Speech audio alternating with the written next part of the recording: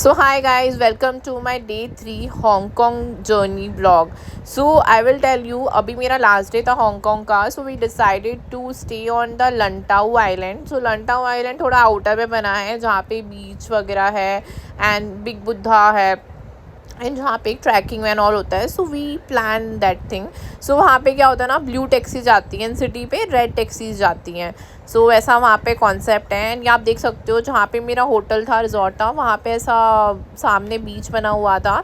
And हमारा ये hotel था. रूम्स बहुत छोटे होते हैं. वी कैन नॉट एक्सपेक्ट कि हांगकांग में आपको बहुत बड़े बड़े रूम मिल जाएं. हांगकांग में ये ही रूम बहुत कॉस्टियर रहते हैं बट काफ़ी छोटे छोटे होते हैं. बट यहाँ मुझे लोकेशन अच्छी मिली थी एंड मेरे रूम के बिल्कुल सामने ही बीच था. So I am happy with that. Right में ऐसा लग रहा था.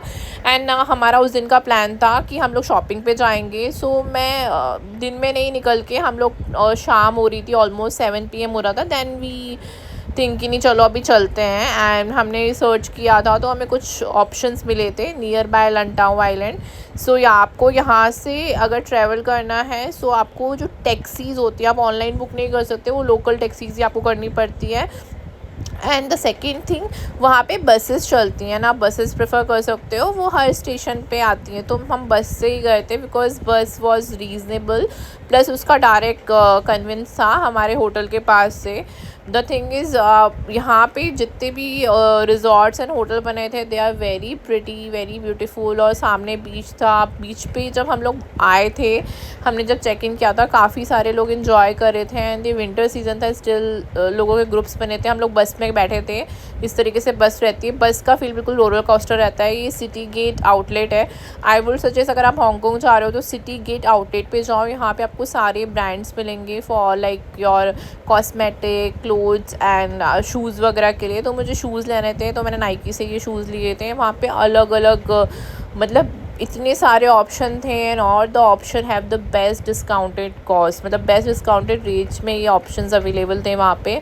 और इतने सारे ऑप्शंस आपको दिखेंगे, आपका मन करेगा मैं ये भी ले लूँ, वो भी ले लूँ. एज़ कम्पेयर टू इंडिया वहाँ का कॉस्ट रेंज बहुत रीज़नेबल था शूज़ को लेके. दैन हमारा फिर हम लोग वापस चले गए थे. एंड देन नेक्स्ट डे हमारा मतलब वापस हमें इंडिया जाना. सो इंडिया जाने के लिए मतलब हमें फ़्लाइट हमारी आफ्टरनून की थी एंड वो कनेक्टेड थी वियतनाम से. सो हमने होटल वाले को ऑलरेडी बोल दिया था फॉर अ टैक्सी. तो उसने ऑलरेडी हमारी टैक्सी पहले भैया को फ़ोन करके बोल दी थी, बिकॉज ईज़िली वहाँ से अवेलेबल नहीं मिलती लंटाऊ से. बिकॉज आपको वरना फिर ब्लू टैक्सी करनी पड़ती है एंड आप एक स्टेशन उतरते, फिर आपको रेड टैक्सी करनी पड़ती. सो वो ऑलरेडी हमारी पहले से बुक उसने करके रखी थी. आप देख सकते हो ऊपर केबल कार है, तो वहाँ पे केबल कार्स वगैरह इस तरीके से रन होती हैं. That is very famous point अगर आपको घूमने फिरने जाना है तो इस तरीके का कुछ हांगकांग का एयरपोर्ट था. एंड द हांगकांग के एयरपोर्ट में जो सबसे बेस्ट लगा उनका मैकडी. तो वहाँ पे मतलब बहुत अच्छे तरीके से उन्होंने मैकडी बनाया हुआ था. सो हमारी फ़्लाइट थोड़ी सी डिले थी तो हम बैठे रहे. एंड देन हमने थोड़ा एयरपोर्ट एक्सप्लोर करा कि कहाँ पे क्या क्या है. ये जो आप स्पॉट देख रहे हो, ये this is the spot of McD. ये मैकडोनल्ड का स्पॉट बना था. एंड इस तरीके से नीचे उतर के, आप ऊपर से थोड़ा डिज़ाइन में था और नीचे ऐसे आप उतरोगे तो मैकडी है करके, वहाँ पे आपको सारे ऑप्शंस मिल जाएंगे. If you want to drink coffee, shakes, burgers and all. पर बर्गर सारे इनके पास नॉन वेज थे, ओनली फ्रेंच में वेज ऑप्शन थे. एंड आइसक्रीम का ऊपर एक ऑप्शन था जो वेज ऑप्शन था. अदरवाइज़ वेज ऑप्शंस बहुत रेयर है हांगकांग में. आई वुड सजेस्ट कि if you are going from India, कुछ रेडी टू कुक वाला आइटम साथ ही कैरी करके जाओ, ना वहाँ पे बहुत दिक्कत हो जाती है. वेज ऑप्शंस हैं बट इट्स वेरी लिमिटेड. सो या इस तरीके से हमारा फ़्लाइट का टाइम होने वाला था. एंड मैंने यहाँ पे एक आइसक्रीम खाई बिकॉज़ मुझे बहुत भूख लग रही थी. मैंने वैसे फ्राइज़ खाए थे बिकॉज़ मुझे वेज ऑप्शन नहीं मिल रहा था. Then I had this ice cream. And ये हमारी फ़्लाइट थी जो वियतनाम से कनेक्टेड थी, तो आप देख सकते हो. एंड या सब लोग वेट कर रहे थे एंड हमारा फ़्लाइट का टाइम हो गया था. दैन हम अपनी फ़्लाइट में बैठ गए. एंड अब हम लोगों की जो फ़्लाइट थी, सो या फाइनली मतलब हांगकांग से वियतनाम जाने में ज़्यादा टाइम नहीं लगता, आप पहुंच जाओगे इजली. बट वियतनाम से इंडिया जाने में का थोड़ा टाइम लगा था. हमें डायरेक्ट फ़्लाइट उस समय मिल नहीं रही थी. So we book that connected flight. और हमको फ़्लाइट में कुछ अच्छे स्नैक्स मिले थे. आप देख सकते हो अगर आप वियतनामीज़ फ़्लाइट बुक करते हो, सो इट्स वेरी नाइस. मतलब कंफर्टेबल फ़्लाइट थी एंड उनके स्नैक्स वगैरह भी काफ़ी अच्छे थे.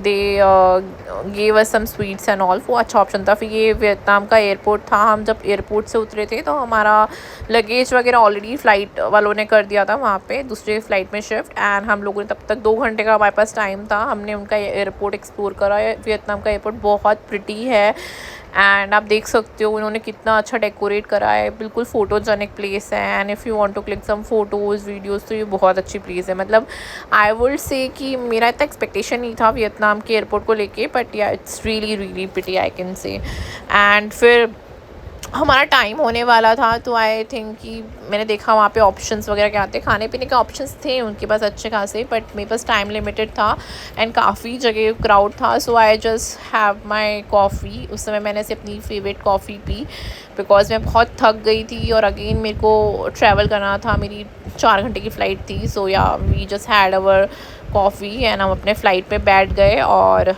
इंडिया के लिए वापस आने लग गए। सो मैं आपको अपने नेक्स्ट ब्लॉग में बताऊंगी कि मैं हांगकांग तो गई थी, दैन उससे पहले एक दिन पहले, मतलब जो मेरा लास्ट डे था 3rd डे हांगकांग का, उससे पहले आई वेंट टू मकाऊ। सो मकाऊ में मैंने क्या क्या एक्सपीरियंस किया that will share to you.